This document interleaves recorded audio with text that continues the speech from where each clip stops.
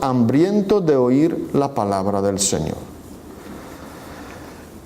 Y todo este proceso de toma de conciencia sobre la centralidad de la palabra de Dios en la vida y en la misión de la Iglesia encontró su punto culminante en el sínodo, que fue celebrado en el año 2008.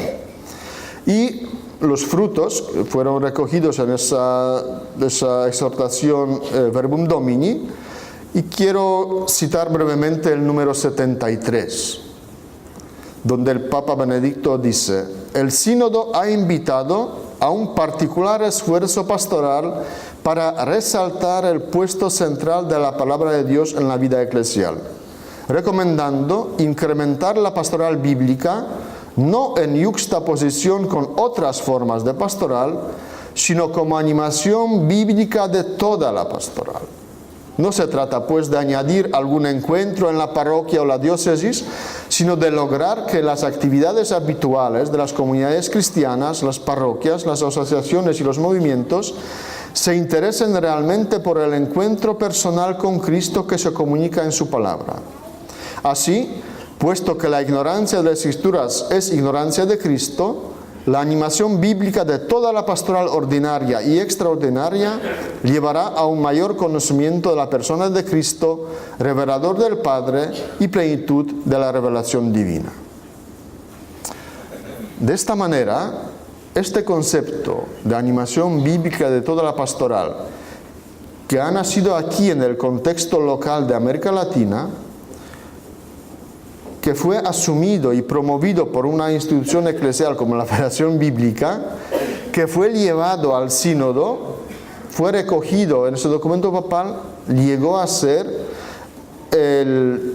parte del patrimonio de toda la Iglesia. Hoy en toda la Iglesia se está hablando, reflexionando la animación bíblica de toda la pastoral. Yo el año pasado, cuando había un primer congreso latinoamericano de la animación bíblica de la pastoral, le estaba diciendo y animando: dense cuenta que esto de lo que estuvimos hablando aquí en América Latina hace 20 años, estábamos hace 20 años por delante de toda la Iglesia. Hoy la Iglesia ha recogido eso que ha nacido acá. Entonces, América Latina tiene que reconocer que tiene un protagonismo bíblico en la Iglesia. Y no mirar para atrás, a los lados, sino mirar para adelante y mostrar a otros, seguir esos caminos desarrollando todo esto. El primer fruto visible de este proceso de la pastoral bíblica, de este paso de la pastoral bíblica a la animación bíblica de la pastoral, es, usando el lenguaje del marketing, el rebranding. Se está cambiando el nombre de los departamentos de pastoral bíblica en las diócesis y las conferencias episcopales, que poco a poco pasan a llamarse departamentos, o ya se llaman, departamentos de animación bíblica de la pastoral. Pero si esto es importante, porque dicen los filósofos del lenguaje que el lenguaje crea conciencia, entonces cambiando el nombre eso ya queda, pero no se trata solamente de un cambio de nombre, porque es realmente un cambio de paradigma. Es un proceso de poner, lo que decía el Papa, no como una cosa más dentro de la Iglesia, sino que realmente la Biblia sea fuente y fundamento de todo lo que ocurre en la Iglesia, toda nuestra actividad pastoral. Los últimos dos papas, el Papa Benedicto y el Papa Francisco, hablan con insistencia de la fe y de la misión cristiana en términos de testimonio de un encuentro personal con Cristo, que constituye después ese testimonio para el no creyente, debe ser una invitación para que ella también busque este encuentro personal con Cristo. Y quisiera citar aquí la encíclica Evangelii Gaudium, el documento, encíclica Evangelii Gaudium del Papa Francisco, donde dice: no solo la homilía debe alimentarse de la palabra de Dios, toda la evangelización está fundada sobre ella, escuchada, meditada, vivida, celebrada y testimoniada. Las Sagradas Escrituras son fuente de la evangelización. Por tanto, hace falta formarse continuamente en la escucha de la palabra. La iglesia no evangeliza si no se deja continuamente evangelizar. Es indispensable que la palabra de Dios sea cada vez más el corazón de toda actividad eclesial. La palabra de Dios, escuchada y celebrada, sobre todo en la Eucaristía, alimenta y refuerza interiormente a los cristianos y los vuelve capaces de un auténtico testimonio evangélico en la vida cotidiana. Ya hemos superado aquella vieja contraposición entre la palabra y sacramento. La palabra proclamada, viva y eficaz, prepara la recepción del sacramento, y en el sacramento esa palabra alcanza su máxima eficacia. Recordemos que también en la Verbum Domini, el Papa Benedicto habla de la sacramentalidad de la palabra. Yo lo repito muchas veces en Europa, la Iglesia Europea es muy sacramental, muy centrada, que no es malo. En ese congreso del año 2005 en Roma, el cardenal Martini, que tenía una ponencia, eso era justo el año de la Eucaristía en la Iglesia. Dijo, fíjense, estamos celebrando el año de la Eucaristía, estamos centrados en la Eucaristía. Tenemos las horas santas, oraciones del Santísimo Sacramento, el culto, la celebración eucarística. Tal vez ha llegado ahora que ampliemos la otra mesa, el otro encuentro sacramental con Dios a través de su palabra. Y comparaba físicamente, fíjense qué grandes son los altares y qué pequeño es el atril donde se pronuncia la palabra de Dios. Esas, dice, son las proporciones entre cuántas veces hemos hecho, pregunto yo siempre en Europa, la adoración del Santísimo Sacramento y cuántas veces hemos adorado, leído la palabra de Dios. Y los documentos de la Iglesia, desde el Vaticano II, desde la Dei Verbum, nos dicen que Dios nos sale al encuentro tanto en la Eucaristía como en la palabra, que son las dos plataformas de encuentro personal sacramental con Dios. Y aquí el Papa Francisco nos recuerda eso, que la palabra es también el encuentro sacramental con Cristo.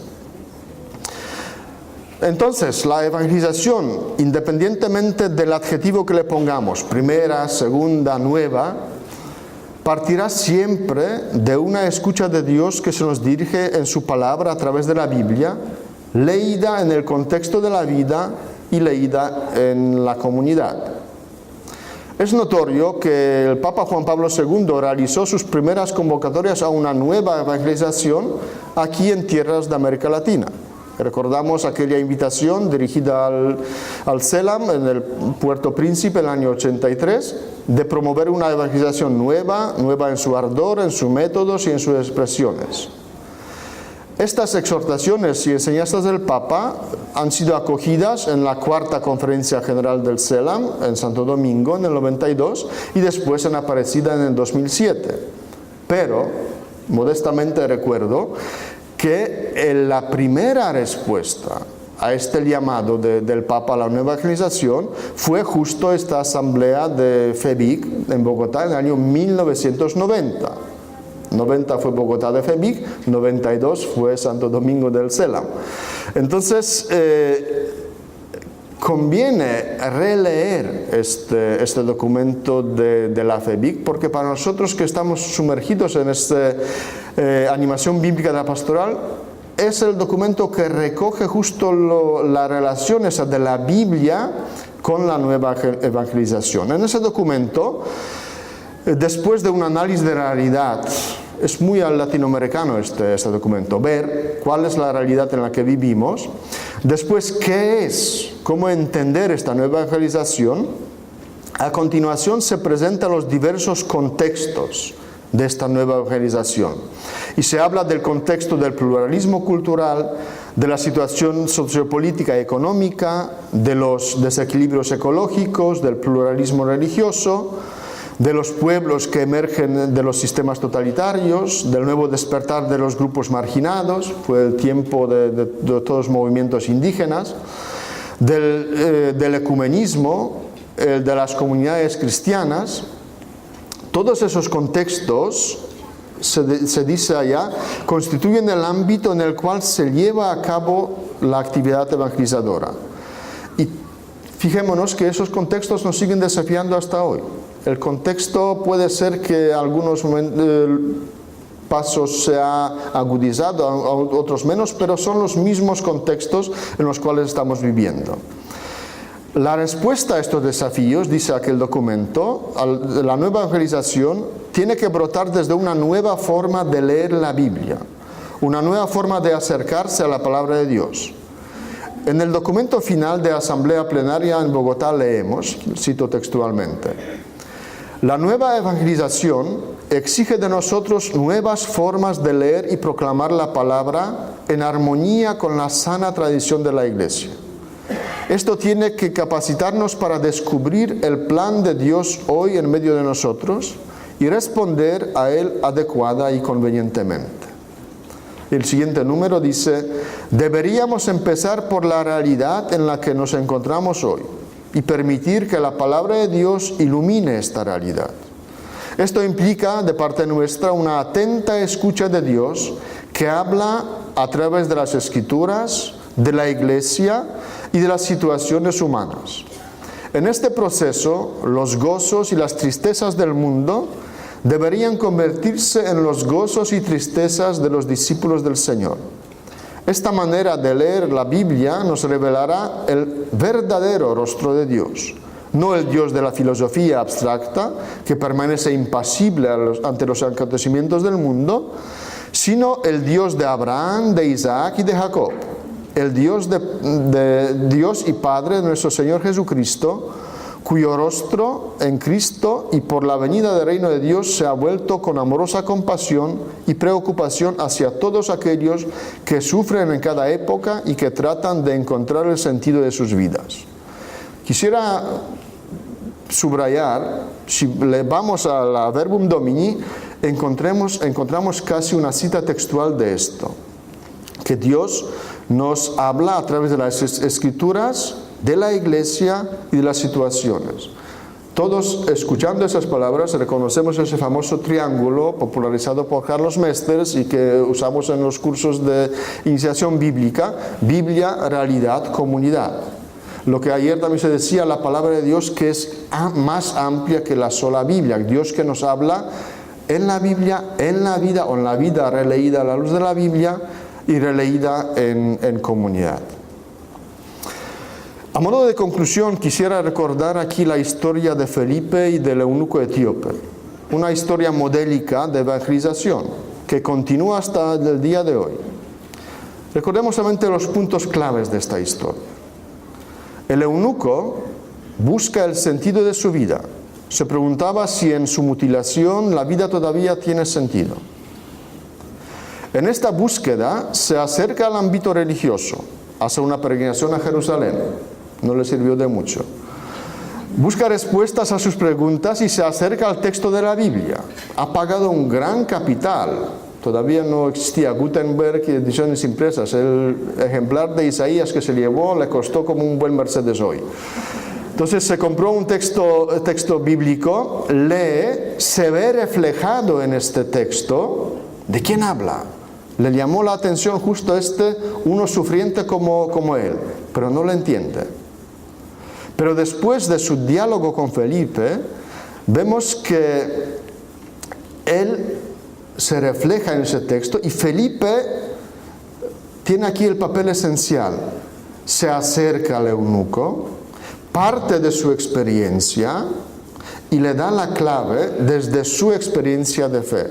Le ayuda a abrir ese texto. Ese texto se hace vida y encaja la vida con el texto y le abre la perspectiva de la fe. Le ayuda a trascender ese texto y trascender su propia vida. Le lleva al encuentro personal con Cristo y desaparece. Y se queda pues el eunuco con su experiencia de Dios, con su Biblia y con su vida. Y gozoso continuó el camino y seguramente se volvió fecundo en su infecundidad, no que tuviera hijos, pero que creara vida entre su propia gente. Entonces creo que sigue siendo el modelo de la nueva evangelización realizada en el ámbito de la animación bíblica de la pastoral. Acercar el texto bíblico al hombre y mujer de hoy. Darles la clave de interpretación desde nuestra propia experiencia de fe y ayudarles a entrar en diálogo personal con Dios. Tal como lo fue Felipe para el eunuco, para los hombres y mujeres de hoy, nosotros somos la respuesta a esa pregunta: ¿cómo lo puedo entender si nadie me lo explica? Muchas gracias.